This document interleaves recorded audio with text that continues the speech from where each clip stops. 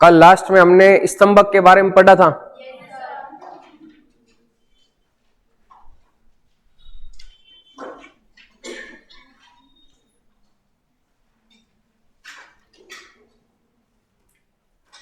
स्तंभक के अंदर औषधियां हमने जो पढ़ी थी, उसके अंदर पहली बात तो दो प्रकार का होता है, एक तो बाह्य स्तंभक और एक कौन सा होता है, आंतरिक स्तंभक।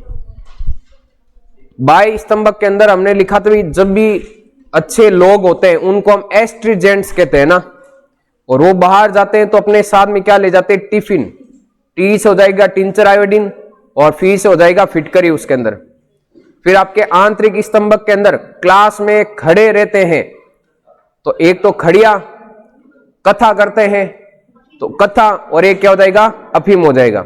ये हमने किस में पढ़ा था, आंतरिक स्तंभक के अंदर पढ़ा था। अब 6 नंबर देखो, यहाँ पे जो नेक्स्ट है, यहाँ पे औषधि टाइप, उस औषधि के टाइप में 6 नंबर होगा, उसका नाम है कफोत्सक। ये आपको लगभग नाम से इसके अंदर याद हो जाएगा, कफोत्सक। इसको हम कहते हैं इंग्लिश में यहां पे एक्सपेक्टोरेंट्स। आप पहले इस नाम को देखो, यहां पे ये स्टार्टिंग में नाम क्या रहा है, कफ क्या होता है बताओ, श्लेष्मा जो गले में जमा होगा उसको कफ ही तो कहते हैं। अब ध्यान में रखना यहां पर, और एक्स का मतलब होगा यहां पे एग्जिट, और एग्जिट का मतलब क्या होता है, बाहर। अगर श्लेष्मा को श्वास नली के अंदर फेफड़ों से और नाक से अगर बाहर निकाला जाता है और उनके अंदर जो औषधियां काम में आती है, तो उनको हम क्या कहते हैं यहाँ पे, कफोत्सक, या फिर उनको हम यहाँ पे एक्सपेक्टोरेंट्स कहते हैं। कफोत्सक या फिर क्या कहते हैं, एक्सपेक्टोरेंट्स कहते हैं। अब आपको कई बार जुकाम हो जाए तो आप क्या काम में लोगे बताओ, एंटीबायोटिक या विक्स या झंडुबाम ही तो काम में लोगे। झंडुबाम एक टाइप का वाष्पशील तेल होता है। क्या होता है, वाष्पशील तेल। तो इसके अंदर भी ध्यान में रखना, जब भी पशुओं के अंदर कफ जमा होगा तो वो अपनी मां को बोलेगा ए मां। क्या बोलेगा, ए मां। ए मां का मतलब अमोनिया, क्या होगा, अमोनिया। और इसके अलावा वाष्पशील तेल क्या काम में लिया जाएगा, वाष्पशील तेल। जैसे आप झंडुबाम लगाते हो वो एक प्रकार का वाष्पशील तेल है, ध्यान रखना। ये क्या करेंगे, इसको नाक के अंदर या गले के अंदर जो भी श्लेष्मा होगा ना, उस श्लेष्मा को तरल रूप में बाहर निकालेगा, तरल रूप में बाहर निकालेगा। और ये कफोत्सक के अंदर आप ज्यादातर अभी सर्दियों के अंदर आप पशुओं के अंदर ये बीमारी देख सकते हो, गायों के अंदर, बाहरी जो आपके आवारा पशु होते हैं उनके अंदर आप देखना नाक बहती रहती है। किसके कारण, वो आपकी सर्दी या जुकाम के कारण। अगर उनको बंद करना है तो या तो उसको अमोनिया दिया जाएगा या फिर क्या लगाया जाएगा, वाष्पशील तेल। इसके कारण नाक से जो भी आपके श्लेष्मा होगा या श्वास नली के अंदर जो श्लेष्मा होगा वो बह करके बाहर आ जाएगा। तो वो ध्यान में रखना। आप कफोत्सक के अंदर यहाँ पे कब से याद रख सकते हो, और यहाँ पे एक्स से याद रख सकते हो एग्जिट, और एग्जिट का मतलब क्या होगा, बाहर निकालना। तो आप 6 नंबर हेडिंग डालो कफोत्सक, और इंग्लिश नाम भी लिखना यहाँ पे साथ में एक्सपेक्टोरेंट्स।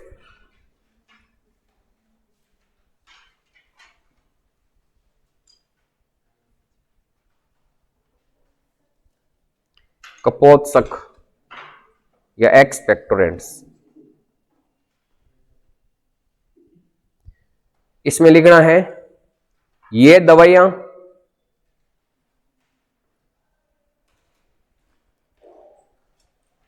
फेफड़े कोमा श्वास नली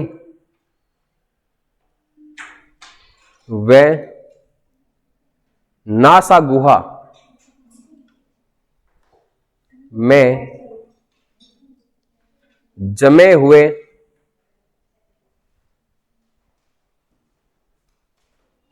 श्लेष्मा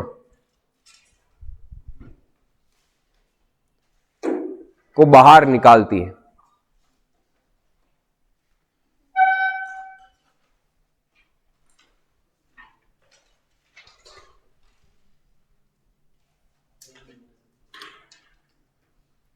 यह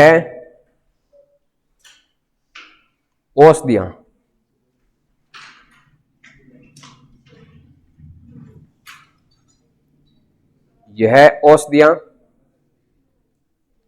श्लेष्मा को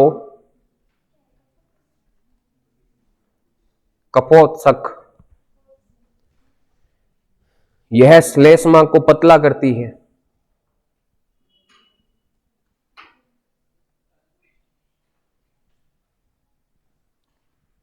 जिससे यह मतलब जमा हुआ नहीं रहेगा, ठीक है ना। जिससे अब श्वास लेने में तकलीफ तो हो सकती है ना, नाक से तो श्वास ले जाएगा, अगर जमा हुआ है तो ये इन औषधियों से वो श्लेष्मा को पतला कर देगी और श्लेष्मा बाहर आ जाएगा, जिससे यह और भी एकदम हो रही हो जाए, जीव हो जाए। सर्दी में आपका भी तो देखो कितना आनंद आता फिर है? चलो आप पशु नहीं हो, नहीं तो आपकी फिर पशु जैसी जीभ होती तो फिर आप और ज्यादा आनंद लेते।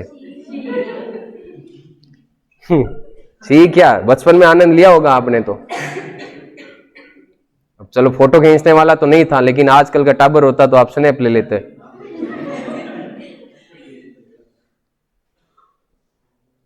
अब उनके तो कोई है नहीं भी, रुमाल वगैरह पास में रखते हैं, ले भाई नाक बाह और हाथों हाथ साफ, तो उनका रुमाल सिर्फ जीभ भी होती है वो।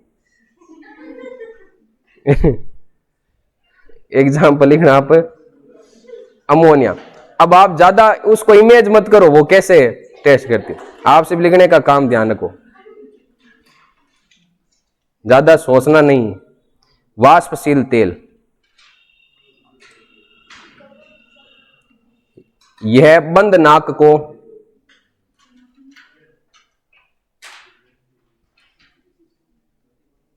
खोल देता है।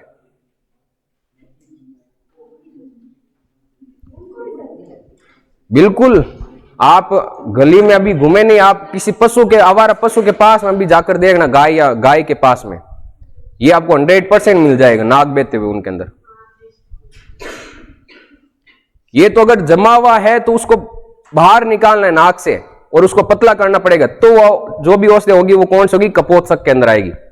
इसके बाद में एक और हम पढ़ेंगे जिसमें नाक बेरी और उसको रुकना बंद करना है, तो उसके लिए अलग टेबलेट आएगी।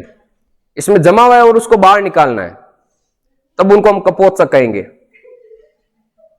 क्या हुआ? अरे रखना नहीं है, बिल्कुल। आप टेबलेट लो, कोई भी एंटीबायोटिक, आप देखो आपकी नाक बहना बंद हो जाएगी। नहीं तो अभी अगर मान लो आपको सर्दी जुकाम होती तो आपसे लिखा ही नहीं जाता, गर्दन ऊपर ही रखनी पड़ती।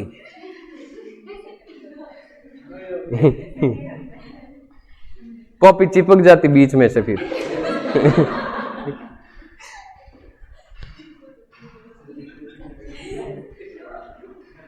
लिख लिया ये? अभी तक हमने 6 पढ़े, 6 के 6 याद किस किस को? हाथ खड़े करो। आधे अधूरे क्यों है, पूरे क्यों नहीं है?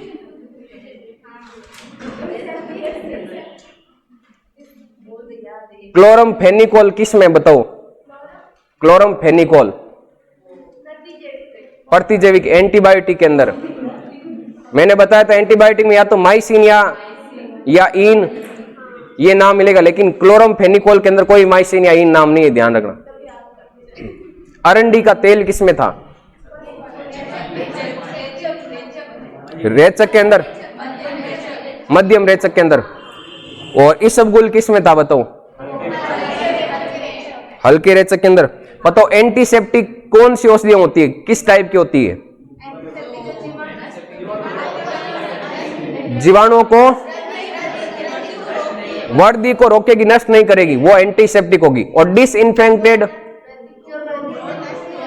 जो जीवाणु की वर्दी को रोकती है, उनको नष्ट कर देती है, वो आपके डिसइंफेक्टेड। और एंटीबायोटिक शरीर के अंदर काम में ले सकते हैं, ध्यान में रखना, बाकी वाली शरीर के अंदर काम में नहीं ले सकते। कपोत्सक या फिर इसको हम कहते हैं एक्सपेक्टोरेंट्स। एक्स से एग्जिट याद रखना, और पेक्टोरेंट्स का मतलब भी होता है म्यूकस या श्लेष्मा होता है, तो बाहर निकालना श्लेष्मा को पतला करके, वो उसमें कौन सी होगी? कपोत्सक। ए मां वाष्पशील तेल दे, ए मां से याद रख सकते हो आप, अमोनिया।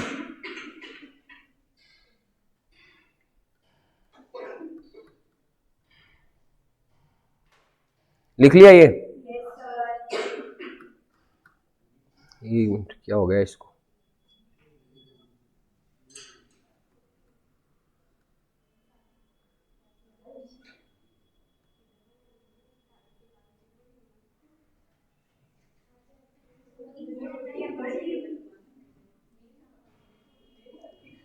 फिर 7 नंबर,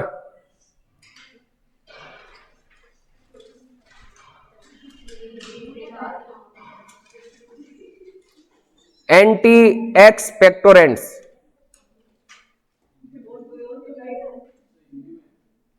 अब बार लिखो, ऑयल लो, हाथ तो आती। प्रतिकपोत्सक,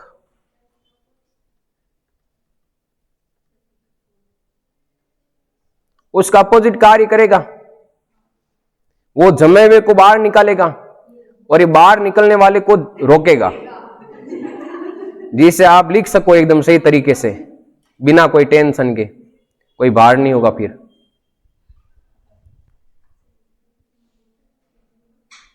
ये दवाइयां श्वास नलिका, आपके आर्ट कल्चर में ये आभूषण वाला टॉपिक हो गया क्या?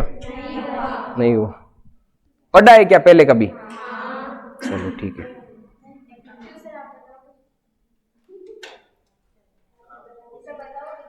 तगड़ी आभूषण कहां पर पहना जाता है, किस अंग पर?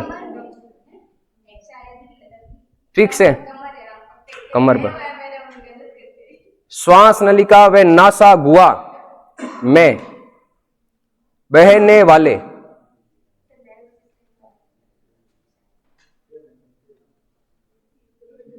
वाले श्लेष्मा व इनके स्त्रवण को रोकने का कार्य करती है, रोकने का कार्य करती है।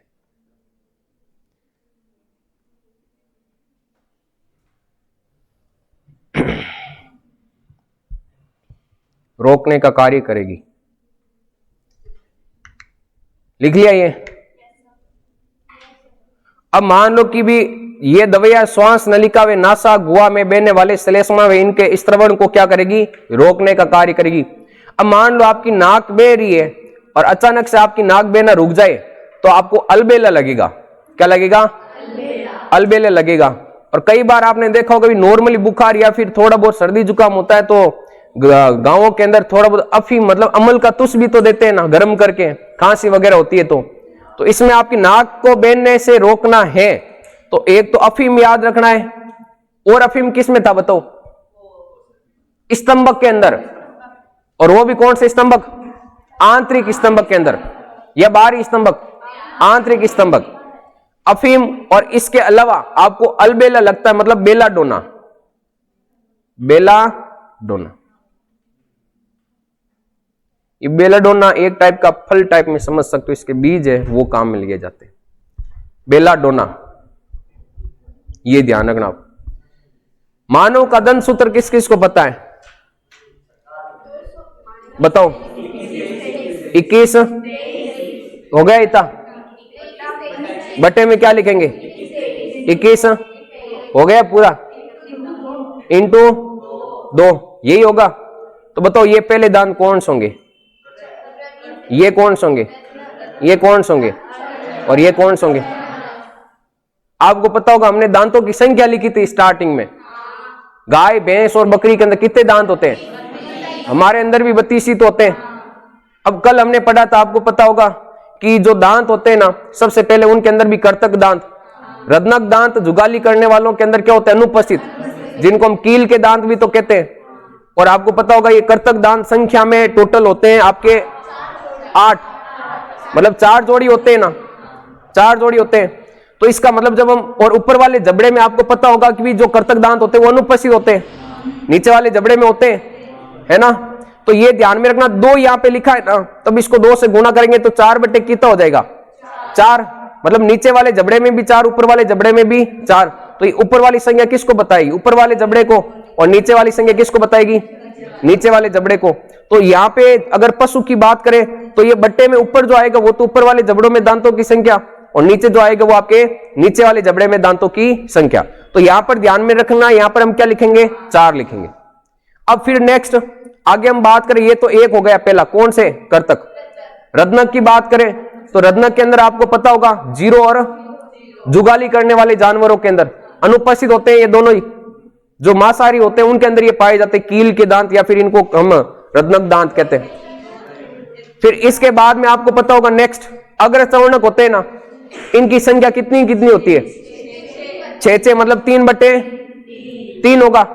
और इसके बाद में नेक्स्ट जो चवर्णक होते हैं वो भी कितने, गुणा करो इनको, टोटल कितने होते देखो, ये टोटल ऊपर कितने हो जाएंगे 6, ये कितने 6, यहां पर भी कितने 6, ये भी 6 और ये कितने 8। तो 12 और 12 कितने हो गए 24 और 8 कितने हो गए टोटल 32 दाम। ये धन सूत्र आपको आगे पढ़ना पड़ेगा। ये लिख लिया आपने एंटी एक्सपेक्टोरेंट्स। सामान्यतः ये दवाइयां क्या करती है, श्वास नलिका व नासा गुहा में बहने वाले श्लेष्मा को इनके स्त्रवण को रोकने का कार्य करती। फिर नेक्स्ट 8 नंबर हेडिंग डालूंगी। देखो इनको लगभग नाम से याद रखना। यहां पे अगला है, यहां पे एंटीपायराइट,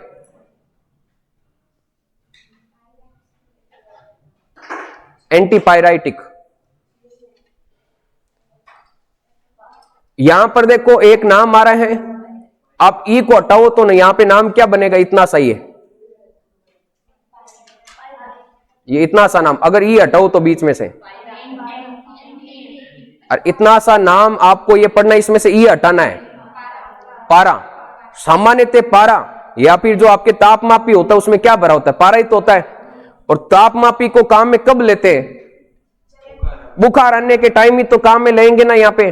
तो ध्यान में रखना है पहली बात तो एंटीपायराइट मतलब आपके ज्वर, ज्वर का मतलब होता है बुखार, बुखार के टाइम दी जाने वाली जो टेबलेट होगी वो कौन सी होगी, यहाँ पे एंटीपायराइट होगी। तो आप इस नाम से इसको याद रख सकते हो, या फिर इन टेबलेटों को हिंदी में कहते हैं ज्वर रोधी। ज्वर रोधी मतलब बुखार आता है तो उस समय दी जाने वाली टेबलेट क्या होगी, एंटीपायराइट, एंटीपायराइटिक या ज्वर रोधी इनको कहते हैं। आप बुखार के समय सामान्यतः टेबलेट कौन सी लेते हो बताओ, और कोई नाम, पैरासीटामोल। तो यहां पर भी कौन सी दी जाएगी, पैरासीटामोल दी जाएगी, ध्यान में रखना। अब कोई भी बीमारी हो आप गवर्नमेंट हॉस्पिटल में चले जाना, आपको हमेशा पैरासीटामोल टेबलेट दी जाएगी। कौन सी टेबलेट, पैरासीटामोल। कोई भी बीमारी हो देख लेना, फिक्स है पैरासीटामोल दी जाएगी। अब आपको जब भी जाते हो हॉस्पिटल तो आपको ऐसे कौन भाई पैरासीटामोल देता है, ऐसे कौन पैरासीटामोल देता है, मतलब हर एक बीमारी के अंदर ऐसे कौन पैरासीटामोल देता है, जब भी मन आया तो पैरासीटामोल दे दी। अब ऐसे कौन, ए से आपको ध्यान रखना है एस्प्रिन, एस्प्रिन। से हो जाएगा सैलिसिलिक अम्ल, सैलिसिलिक अम्ल। कौन से, कुनेन, कौन से क्या हो जाएगा, कुनेन। और पैरासीटामोल से कौन सी हो जाएगी, पैरासीटामोल। ये जो टेबलेट्स होती है ये किस टाइप की होती है, एंटीपायराइटिक या ज्वर रोधी टेबलेट होती है, ध्यान रखना। ऐसे कौन पैरासीटामोल देता है, तो एस्प्रिन, सैलिसिलिक अम्ल। आपको पता हो तो एक हमने सोच से याद रखा था, सोडियम सल्फेट किस में बताओ, मध्यम रेचक के अंदर सोडियम सल्फेट, और एक पढ़ा था मैग्नीशियम सल्फेट MgSO4, और एक रेड से अरंडी का तेल भी हमने याद किया था, और अलसी का तेल, वो मध्यम रेचक के अंदर, ध्यान रखना। आप याद हो जाएगी ये टेबलेट आपको। तो पायराइट का मतलब पहली बात तो पारा याद रखना, पारा मतलब तापमापी के अंदर या थर्मामीटर के अंदर भरा होता है, तो उसको सामान्यतः जब बुखार आता है तब काम में लेते हैं। तो ये आपके जो टेबलेट होगी वो ज्वर रोधी होगी। ऐसे कौन पैरासीटामोल देता है, तो पैरासीटामोल से एक टेबलेट हो जाएगी डायरेक्ट, कौन से हो जाएगा, कुनेन, और एक हो जाएगा एस्प्रिन, और एक कौन सा हो जाएगा, सैलिसिलिकम। एस्प्रिन सामान्यतः दर्द निवारक के अंदर भी काम में ली जाती है, ध्यान रखना। एस्प्रिन होती है ना, ये दर्द निवारक के अंदर भी काम में ली जाती है। लिखो अब इसके अंदर आप हेडिंग डालो, एंटीपायराइटिक या ज्वर रोधी।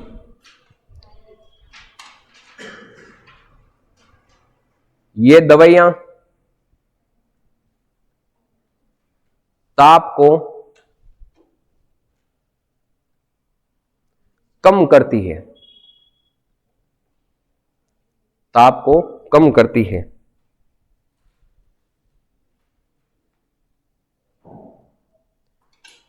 एग्जाम्पल इनके लिख लेना टेबलेट्स का, पुनेन, एस्प्रिन, सैलिसिलिक,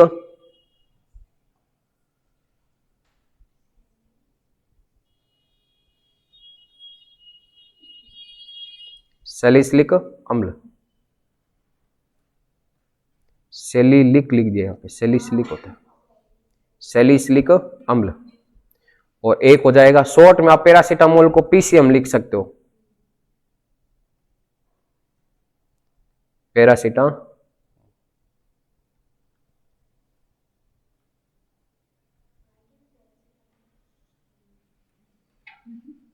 क्यों दे नहीं सकते? उनके लिए हैवी डोज ही आएगी, एमजी का पता नहीं भी कितने एमजी आएगी। अरे बा गोली कौन घोड़ो आए, गोली तांपल ले वहां थोड़ी बड़ी आएगी।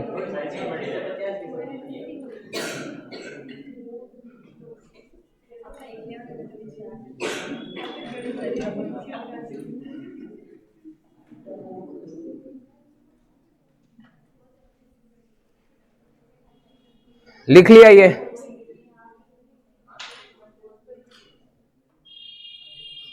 ये बताओ आपके चूप आभूषण कहां पर पहना जाता है? ठीक, याद है फिर क्यों बताऊं मैं आप। आगे देखो अगला 9 नंबर,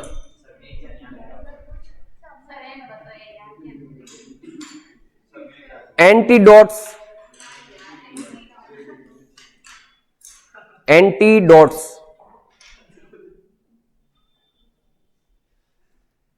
हिंदी में इसको हम कहते हैं, यहां पर एक बार लिखो फिर हिंदी बताऊंगा इसकी।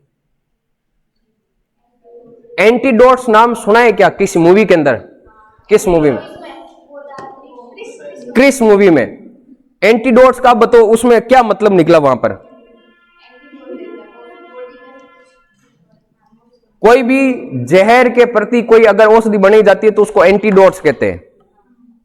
तो वहां पर भी एक टाइप का मतलब जीन या फिर आप कह सकते हो भाई पॉइजन या जहर था, उसको समाप्ति तो करना था। वो मानव को क्या करता? जानवर बना देता ना। तो एंटीडोट्स ध्यान में रखना, इसको हिंदी में हम कहते हैं यहां पे विषहीन, विषहीन औषधि। जो विष को आपके नष्ट कर दे या उसके प्रभाव को खत्म कर दे, वो विषहीन औषधि, एंटीडोट्स।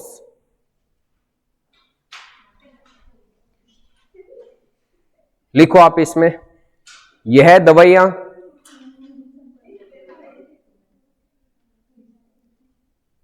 किताब किस किसने पढ़नी शुरू की? हाथ खड़े करो। शर्म आनी चाहिए आपको अब तो। और वो तो मैं पढ़ा रहा हूं यहां पे, तब घर पे किसने पढ़नी शुरू कर दी भी? अरे पढ़ लो, फायदा आपका होगा। बस पेपर दे रहा हो नहीं, माँ तो पकड़ बैठ आटे। थोड़ी बहुत तो पढ़नी, हम दी खोल ही नहीं पढ़े एक जी को कहीं। हाँ 5-10 मिनट पढ़ लो, लेकिन पढ़नो तरिए भाई कौन पढ़े हुए। तो ये दवाइयां विष के प्रभाव को कम करती है, विष के प्रभाव को कम करती है। जैसे साइनाइड के जहर को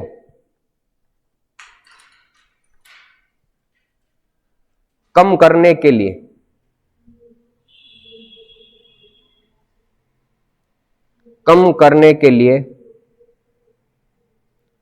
लोहे लवण का उपयोग किया जाता है।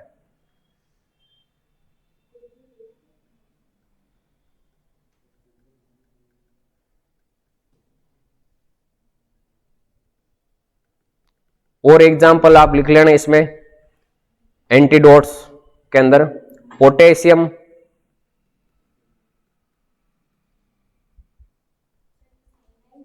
परमैंगनेट साइनाइड के जहर को कम करने के लिए लोहे लवण का उपयोग किया जाता है। जहर है ये साइनाइड, जो आपके कीटनाशक जो हम खेतों में छिड़कते दवाइयां उनके खाने से इनके अंदर होता है। Potassium permanganate, potassium permanganate. कुछ याद आ रहा है क्या? क्या याद आया? लाल दवा पोटेशियम परमैंगनेट KMnO4, लाल दवा पोटेशियम परमैंगनेट। मतलब जहां पर आपके कोई अगर घाव हो रखा है तो उसकी जगह या फिर इनको टेबलेट्स के रूप में यूज कर सकते हैं। एक होगा सक्रिय चारकोल, सक्रिय चारकोल, एक एडिनोसिन, एडिनोसिन। और वो चारकोल आप जो फेस पर लगाते वो नहीं है, ये चारकोल भी ध्यान में रखना। जैसे आपके चेहरे से वो चारकोल आपके धूल वगैरह या मिट्टी के कण हटा देता है, वैसे यही चारकोल आपके जहर को अवशोषित करने का कार्य करता है, अवशोषण का कार्य करता है।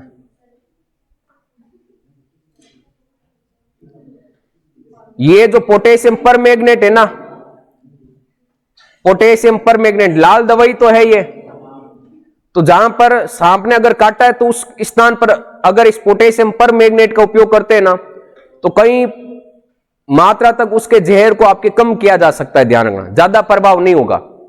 तो ध्यान में रखना इस पोटेशियम परमैंगनेट, या फिर यहां पे आप लिख सकते हो लाल दवा, सर्पदंश में उत्तम उपयोगी, सर्पदंश में उत्तम उपयोगी।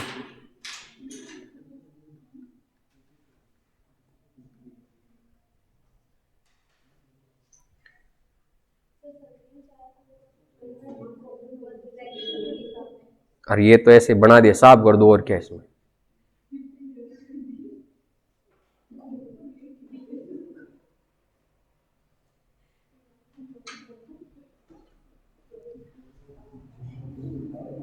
एंटीडोट्स नाम से पता चल जाएगा, इसमें विषहीन औषधि लिख लिया। ये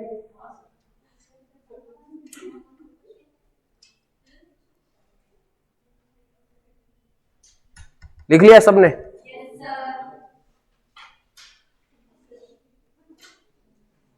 इसमें पेज हो गए कंप्लीट।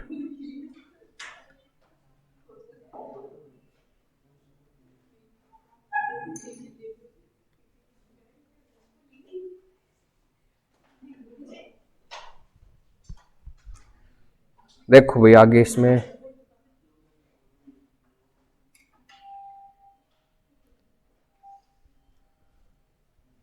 कितने नंबर का? अब 10 नंबर का। सबसे पहला कौन सा पढ़ा था बताओ? Anti septic. सेकेंड नंबर कौन सा पढ़ा था? Disinfected, infected. Third number हमने पढ़ा था एंटीबायोटिक्स। फोर्थ नंबर जो हमने पढ़ा था रेचक, परगेटिव भी कहते हैं इसको। फिर हमने पढ़ा था स्तंभक, स्तंभक पढ़ा था। फिर 6 नंबर हमने कौन सा पढ़ा था? कपोत्सक। फिर 7 नंबर जो हमने पढ़ा था प्रतिकपोत्सक। आप इसको एक्सपेक्टोरेंट्स भी तो कह सकते हो, एंटी पायराइटिक। और एक 9 नंबर जो अभी हमने लास्ट में पढ़ा था वो कौन सा? एंटीडोट्स। अब देखो आप इसमें सबसे पहले एंटीसेप्टिक, एंटीसेप्टिक के अंदर हमने सबसे पहले जो ट्रिक पढ़ी थी वो क्या पढ़ी थी बताओ? बोडिलाल आयो मतलब बोरिक अम्ल। डी का मतलब डिटोल, लाल का मतलब लाल दवा, और एक कौन सा आयो का मतलब लाइजो, सॉरी ये लाइजोल इसमें नहीं होगा, आयोडीन, लाइजोल तो इसमें डिसइंफेक्टेंट के अंदर होगा। फिर इसमें पढ़ा तुमने ethyl alcohol, ethyl alcohol. Disinfectant के अंदर हमने पढ़ा था फिर का मतलब फिनोल, फिनोल। इसके अलावा फिनाइल, चूना, और एक कौन सा लाइजोल। फिर एंटीबायोटिक्स के अंदर हमने पेनिसिलिन पढ़ा था, ठीक है, माइसिन, टेट्रासाइक्लिन पढ़ा था, एक हमने क्लोरमफेनिकोल पढ़ा था, वो किस में आएगा एंटीबायोटिक्स, या तो इन या माइसिन नाम मिलेगा आपको। रेचक है ये 3 टाइप का होता है, ध्यान रखना। एक तो हल्का रेचक जिसमें एक तो इसबगोल और एक इसमें हरा चारा। सेकेंड नंबर हमने पढ़ा था मध्यम रेचक, MgSO4, Na2SO4, अरंडी का तेल, और एक कौन सा अलसी। इसके बाद में एक इसके अंदर था भारी रेचक। भारी रेचक के अंदर एक तो जमाल गोटा, जमाल गोटा, इसको क्रोटन का तेल भी तो कहते हैं, क्रोटन का तेल कहते हैं। और एक इसके अंदर कौन सा पड़ा था बेरियम क्लोराइड, BaCl2। फिर स्तंभक, स्तंभक जिसको हम यहां पे क्या कहते हैं, एस्ट्रीजेंट्स। अब कोई भी जेंट्स होगा, देखो इंग्लिश नाम मिलेगा साथ में आपको, है ना, कोई भी जेंट्स होगा तो जब भी बाहर जाएगा तो वो अपने साथ में क्या ले जाएगा, टिफिन ले जाएगा। तो पहली बात तो स्तंभक 2 टाइप का होगा, एक तो बाहरी स्तंभक और एक कौन सा होगा आंतरिक। बाहरी स्तंभक के अंदर एक तो आपकी टिंचर आयोडीन, टी का टिफिन का मतलब, टी का मतलब टिंचर आयोडीन, और फी का मतलब क्या हो जाएगा, फिटकरी हो जाएगा। फिर नेक्स्ट ध्यान में रखना एक आंतरिक स्तंभक और है इसमें, तो अंदर खड़ा कर दिया जाए तो खड़े खड़े क्या करते हैं, कथा, तो खड़े का मतलब खड़िया, कथा का मतलब कथा, और अफीम हो जाएगा साथ में। फिर आपके यहाँ पे कपोत्सक, एक्सपेक्टोरेंट्स, इसके अंदर ध्यान में रखना एक तो आपके वाष्पशील तेल और एक अमोनिया, वो किस में आएगा, कपोत्सक के अंदर। फिर नेक्स्ट होता है यहाँ पे नेक्स्ट प्रति कपोत्सक, एंटी एक्सपेक्टोरेंट्स के नाम से इनको जानते हैं। और इसके अंदर ध्यान में रखना श्लेष्मा जो बह रहा है उसको क्या करना है, रोकना है ना, तो वो कौन सा होगा यहाँ पे, एंटी एक्सपेक्टोरेंट्स या फिर प्रति कपोत्सक। इसके अंदर कौन सी औषधियां काम में ली जाएगी, अफीम काम में लिया जाएगा, और एक बेलाडोना। फिर नेक्स्ट है एंटीपायराइटिक, और पारा का मतलब क्या होगा, बुखार, ऐसे मतलब एस्प्रिन, सैलिसिलिक अम्ल, पैरासीटामोल, और एक कौन सा हो जाएगा, कुनेन। और फिर नेक्स्ट हमने पढ़ा था यहाँ पे एंटीडोट्स, जो आपके जहर के प्रभाव को या विष के प्रभाव को कम करती है, तो साइनाइड है उसका उपयोग, सॉरी साइनाइड के विष को कम करने के लिए किसका यूज लेंगे यहाँ पे, लोहे लवण को काम में लेते हैं। और पोटेशियम परमैंगनेट जो लाल दवा है उसका उपयोग भी सर्पदंश के उपचार में किया जाता है, ध्यान रखना। तो ये कुछ आप औषधियां ध्यान रखना, यहाँ पे टोटल हमने 9 टाइप पढ़ लिए थे। अब 10वां नंबर लगाओ आप यहाँ पे, एनेस्थीसिया। नाम से समझ में आया होगा, कभी नाम सुना होगा। 10 नंबर एनेस्थीसिया, नहीं सुना नाम, बेहोशी का इंजेक्शन देते हैं उसको एनेस्थीसिया कहते हैं।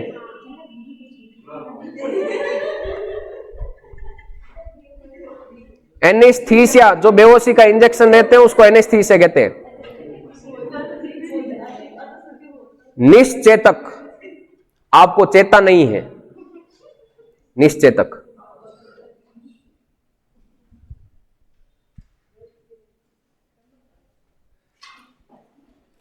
लिख लिया ये, देखो अब पहले इसको याद कैसे करना है। आपको ध्यान रखना एक नर्स थी, एक उसका नाम था सिया। क्या नाम था, इस पूरे नाम से क्या नाम बनेगा, एनेस्थीसिया। एक नर्स थी उसका नाम क्या था, सिया, इस पूरे नाम से क्या बनेगा, एनेस्थीसिया। एक उसका आशिक था, एक उसका, वो रोज शाम को उसके पास चला जाता और पीछे पीछे घूमता उसके। एक दिन सिया ने कहा तू पीछे आना छोड़ दे, नहीं तो मैं तुझे बेहोशी का इंजेक्शन दे दे। मतलब उसने क्या कहा कि तू पीछे पीछे आना छोड़ दे, नहीं तो मैं तुझे बेहोशी का इंजेक्शन दे दूंगी। सिया ने क्या कहा, अगर कल तो इधर आया, नाइट में आया, तो मैं बेहोशी का इंजेक्शन दे दूंगी। एक नर्स थी, उसका नाम क्या था? सिया। तो एनेस्थीसिया हो जाएगा। बेहोशी का इंजेक्शन देगी, मतलब पहली बात तो ये किस काम आएगी? बेहोश करने के लिए पशु को। अब बेहोश क्यों करेंगे भी पशु को बेहोश क्यों करेंगे? इलाज भाई, ऑपरेशन वगैरह करना, यहां तो लाट ठोकता ना बाहर गुड़ाए दे, तो बेहोश करना तो पड़ेगा ना उसको। तो ध्यान में रखना, उसको बेहोश करना पड़ेगा। वो क्या बोलिए, कल अगर इधर आया, नाइट में आया, तो तुझे बेहोश कर दूंगी। तो कल का मतलब हो जाएगा क्लोरोफॉर्म। सुना होगा ये तो नाम, बेहोशी में काम में लेते हैं। इधर का मतलब हो जाएगा ईथर, और नाइट का मतलब हो जाएगा नाइट्रस ऑक्साइड, नाइट्रस, जिसे लाफिंग गैस भी तो कहते हैं। और यहां पे आया का मतलब हो जाएगा, सॉरी, यहां पे नाइट का मतलब हो जाएगा नाइट्रस, और आया का मतलब हो जाएगा ऑक्साइड। कल का मतलब क्लोरोफॉर्म, फिर इधर का मतलब ईथर, और नाइट में आया मतलब नाइट्रस ऑक्साइड। ये तीनों आपके एनेस्थेसिया या फिर निश्चेतक के रूप में इन औषधियों को काम में लिया जाता है। याद रह जाएगा ये। कौन सा? वो क्लोरोफिल होता है पत्तियों में। अब बायो स्टूडेंट बैठी बचकन पूछे नहीं ने, लिखो इसमें एनेस्थेसिया नहीं या निश्चेतक के अंदर।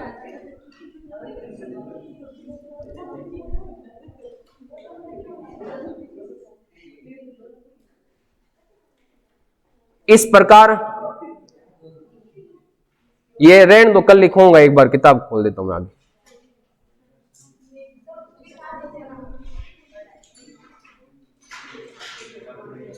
वो कल लिखूंगा एनेस्थीसिया, ठीक है, ध्यान रखना। क्लोरोफॉर्म, ईथर, और एक कौन सा होगा उसके अंदर? Nitrous oxide.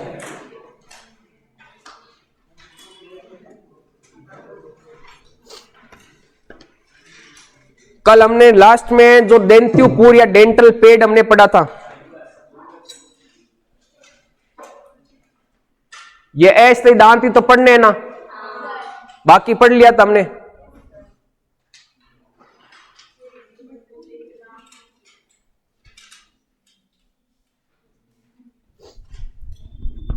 अब देखो इधर नेक्स्ट आगे, इसमें मेन मुख्य रूप से आपको एक तो स्थायी दांतों की संख्या याद रखनी है, और एक किसकी संख्या याद रखनी है आपको? अस्थायी दांतों की संख्या। ध्यान में रखना, कोई भी पशु होता है ना, पशु क्या, अगर हमारी बात कर लो आप,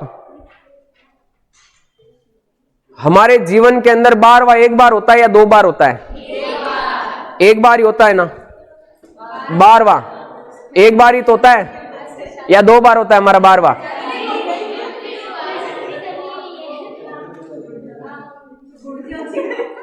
बारवा एक बार होता है। तो 12 दांत होते हैं, वो एक बार आएंगे। एक बार का मतलब पशुओं के अंदर 12 दांत स्थायी दांत है। 12 दांत क्या हो जाएंगे? स्थायी। बताओ अब अस्थायी दांतों की संख्या कितनी? 20। अस्थायी दांतों की संख्या कितनी हो जाएगी यहाँ पे? 20। टोटल कुल दांत, स्थायी दांतों की संख्या सही है। टोटल मतलब बाद में वो परमानेंट ही रहेंगे, वो सही है। 12 कर लेना आप, ठीक है, 12 कर लेना। स्थायी दांतों की संख्या है वो टोटल कितनी होती है? 12। मतलब ध्यान रखना, 12वां एक बार ही होगा, तो एक बार ही आएंगे तो वो स्थायी दांत ही तो होंगे, और 2 बार आएंगे वो कौन से होंगे? अस्थायी दांत, या उनको दूध के दांत या फिर आपके मिल्क टीथ कहते हैं। ध्यान रखना, तो अस्थायी दांतों की संख्या हो जाएगी 20 और स्थायी दांतों की संख्या हो जाएगी 12। ये आप ऐसे इन दोनों को याद रख लेना। यहां पर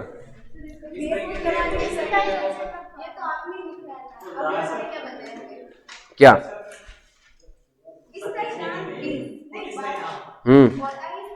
हाँ हाँ,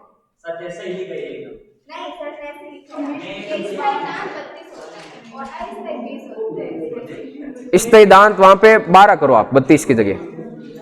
कुल दांतों की संख्या होगी 32। हाँ, कुल स्थायी दांत होते हैं ना, वो होते हैं 12, और अस्थायी दांत होते हैं 20। और टोटल कितने हो गए 32।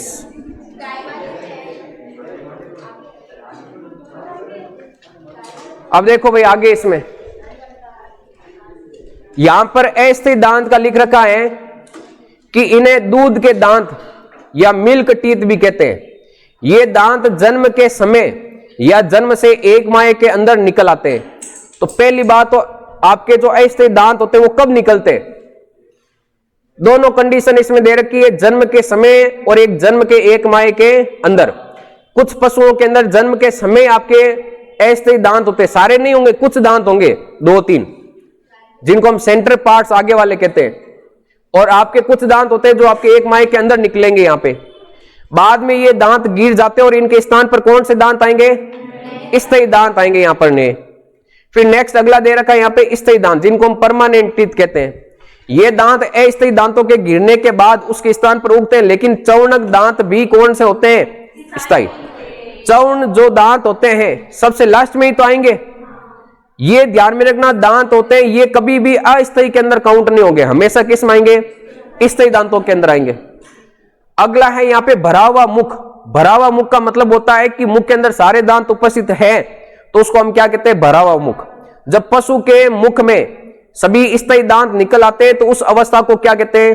भरा हुआ मुख। तो ध्यान में रखना, भरे हुए मुख में कौन से दांत होते हैं? स्थायी या अस्थायी, या स्थायी और अस्थायी दोनों, या फिर ध्यान में रखना कुछ दांत उपस्थित होते हैं। तो सिर्फ स्थायी दांत होंगे ना सारे, तो वो कौन सा मुख होगा? भरा हुआ मुख। फिर आपके दे रखा है यहाँ पे टूटा हुआ मुख। टूटा हुआ मतलब दांत टूटते रहेंगे, जो अस्थायी दांत आएंगे। तो अधिक उम्र का वह पशु जिसका एक या एक से अधिक दांत स्थायी दांत गिर गए। कौन से दांत? स्थायी। पोपला दे रखा है, पोपला। अधिक उम्र का वह पशु जिसके सभी स्थायी दांत गिर गए। और ये नाम ध्यान में रखना, अरे नहीं पोपला होगा तो बोलेगा थोड़ी वो अरे ये पोपला नाम ध्यान रखना। आप ये शब्द पूछे जाते हैं, जो हमने टर्मिनोलॉजी या शब्द लिखे ना महत्वपूर्ण शब्द, उसमें आप ये लिखो तो एक अलग लिख लेना। और पोपला, अधिक उम्र का वह पशु जिसमें सभी स्थायी दांत क्या हो गए? गिर गए, वो आपके क्या कहलाएगा? पोपला। अगला है दंत सूत्र। दंत सूत्र में क्या दे रखा है? यह पशु के मुख में सभी प्रकार के दांतों को बताने का तरीका। जैसे एक मानव की अगर हम बात करें, यहां पे मानव का दंत सूत्र,